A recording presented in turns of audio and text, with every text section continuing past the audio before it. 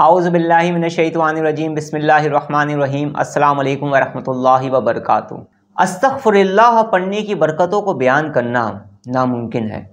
بے شمار لوگ ایسے ہیں جو میرے ساتھ مل کر کثرت کے ساتھ استغفار پڑھ رہے ہیں۔ بہت سارے واقعات میں نے آپ لوگوں کے ساتھ شیئر کیے۔ کن لوگوں کے؟ جن لوگوں نے کثرت کے ساتھ استغفار پڑھنا شروع کیا، استغفر اللہ پڑھنا شروع کیا، اپنی گناہوں کی اللہ رب العزت سے معافی مانگنا شروع کی دل سے، اور کثرت کے ساتھ استغفار پڑھنا شروع کیا۔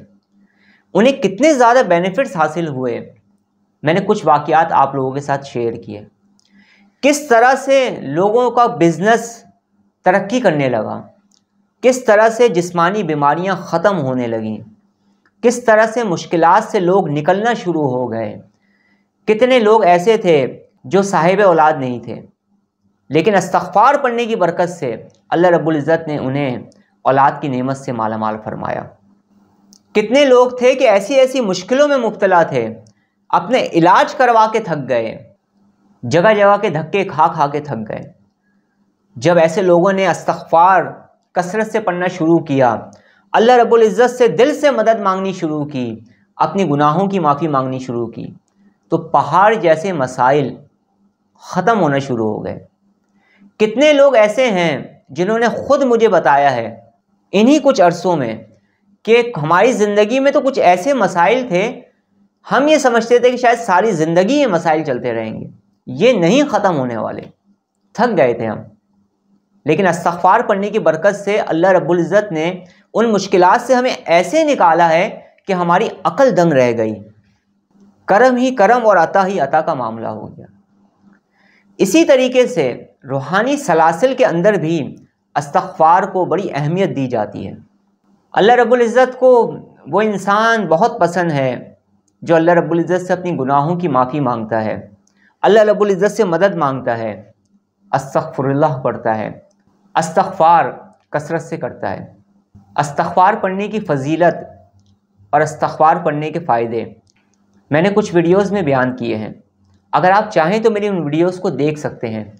اور جن لوگوں کو استغفار پڑھنے کی برکت سے جن کی زندگیاں تبدیل ہوئی ہیں اور ان کی مشکلات آسان ہوئی ہیں، آپ وہ بھی جان پائیں گے، جو کہ بالکل سچے واقعات ہیں اور ابھی کے واقعات ہیں، جو لوگوں نے خود مجھ سے بیان کیے جب میں نے انہیں کثرت سے استغفار پڑھنے کا کہا۔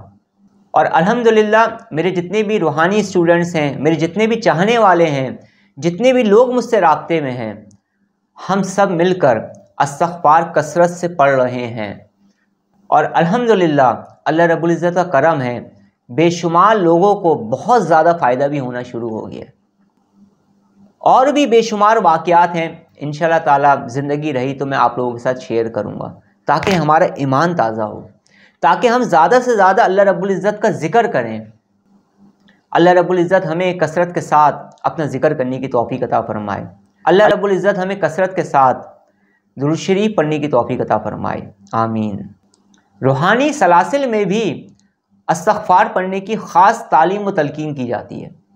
مجھے اچھی طرح سے یاد ہے، اگر میں اپنا ایک واقعہ آپ کے ساتھ شیئر کروں، ویسے تو بے شمار واقعات ہیں جنہیں سن کر آپ کا بھی ایمان تازہ ہو جائے گا، اور جب میں دوبارہ ان واقعات کو بولوں گا اپنی زبان سے تو میرا بھی ایمان تازہ ہوگا، میرا بھی یقین مضبوط سے مضبوط تر ہوتا چلا جائے گا۔ مجھے اچھی طرح سے یاد ہے کہ ایک مرتبہ میں سورہ مزمل کا عمل کر رہا تھا، اور سورہ مزمل کے اس عمل میں مجھے کامیابی اس طریقے سے نہیں مل رہی تھی جس طرح سے میں چاہتا تھا، جیسے میری خواہش تھی۔ اور کافی عرصے جب یہ سلسلہ چلتا رہا ابتدائی زمانے طالب علمی میں، تو میں تھوڑا سا پریشان ہوا، جو سچ بات ہے۔ تو اس وقت ایک بزرگ ہستی نے مجھے یہ کہا کہ عاصم بیٹا، تم کثرت کے ساتھ اپنی گناہوں کی معافی مانگو اللہ رب العزت سے، اور کثرت کے ساتھ استغفار پڑھنا شروع کر دو، استغفر اللہ پڑھنا شروع کر دو، استغفار کرنا شروع کر دو، اور اتنی کثرت سے کرو جتنی کثرت سے تم کر سکتے ہو۔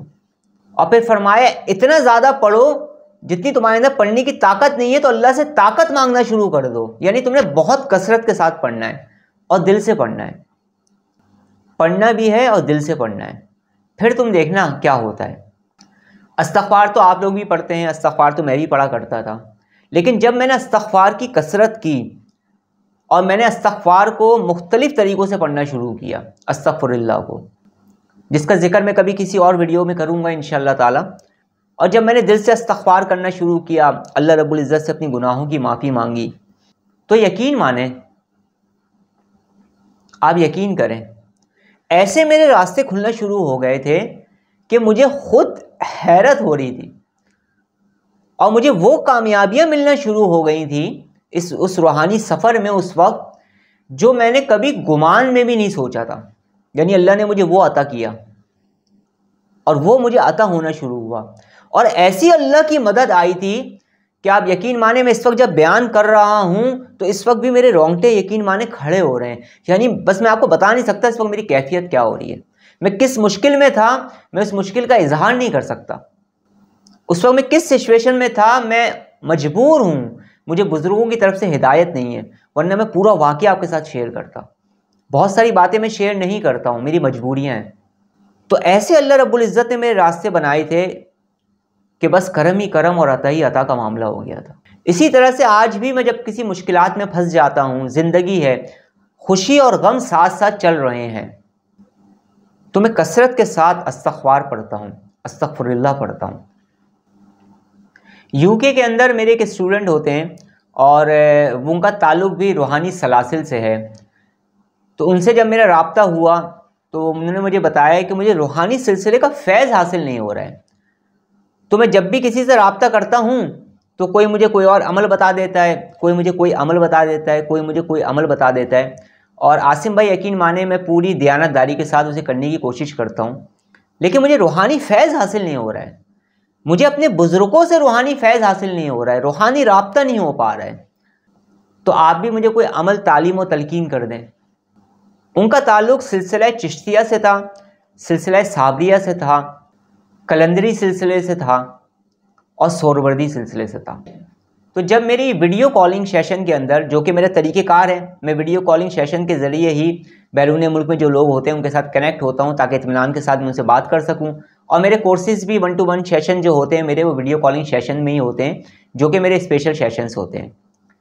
تو جب میری ان سے بات ہوئی تو میں نے ان کی تمام تر باتیں سننے کے بعد ان کو 4 باتیں کہیں. میں نے کہا تم 4 چیزوں پر عمل کرنا، انشاءاللہ تعالی مجھے اللہ رب العزت کی ذات سے امید ہے کہ سلسلے کا فیض تم پر کھل جائے گا، اور بزرگوں سے تمہیں روحانی فیض ہونا شروع ہو جائے گا. تمہاری یہ مشکل انشاءاللہ تعالی آسان ہو جائے گی. تم 4 باتوں پر عمل کرنا. میں نے ان کو ایک چیز بتائی کہ تم خوشبوات کا اہتمام زیادہ سے زیادہ کرنا شروع کر دو. کثرت کے ساتھ خوشبو کا اہتمام کیا کرو، اور بخور کو اپنے گھر میں جلایا کرو، اور اس وقت بھی جلایا کرو جب آپ کوئی روحانی عمل کر رہے ہوتے ہیں. دوسری بات، اپنے بزرگوں کے لیے احصال ثواب کیا کرو. ہر نماز کے بعد احصال ثواب کا اہتمام کرنا شروع کر دیں. تیسری بات، جو آپ کے مشائخ نے آپ کو حکم دیا ہے، آپ کو طریقہ بتایا ہے، آپ کو ہدایات کی ہیں، جو بھی ہدایات کی ہیں آپ کے شیخ نے آپ کو، آپ اس پر عمل پیرا ہونے کی کوشش کریں دل سے. اور سب سے اہم ترین بات، کثرت کے ساتھ استغفر اللہ پڑھنا شروع کر دیں، استغفار کرنا شروع کر دیں کثرت کے ساتھ. کوئی لیمٹ نہیں ہے. بس یہ 4 کام بتائے میں نے.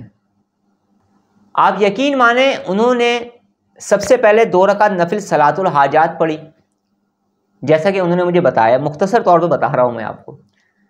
اس کے بعد انہوں نے روزانہ صلاۃ الحاجات پڑھنے کا اہتمام کیا، خوشبوات کا اہتمام کیا، اور زیادہ سے زیادہ وہ احصال ثواب کرنے لگے، اور کثرت کے ساتھ استغفار پڑھنا انہوں نے شروع کر دیا. کچھ عرصے کیا انہوں نے، بس کچھ عرصے.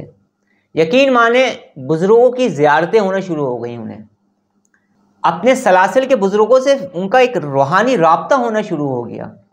ان کے جو روحانی سلسلے کا فیض تھا وہی ان پر کھلنا شروع ہو گیا، اور اس کے ساتھ ساتھ روحانیت ان سے مانوس ہونا شروع ہو گئی.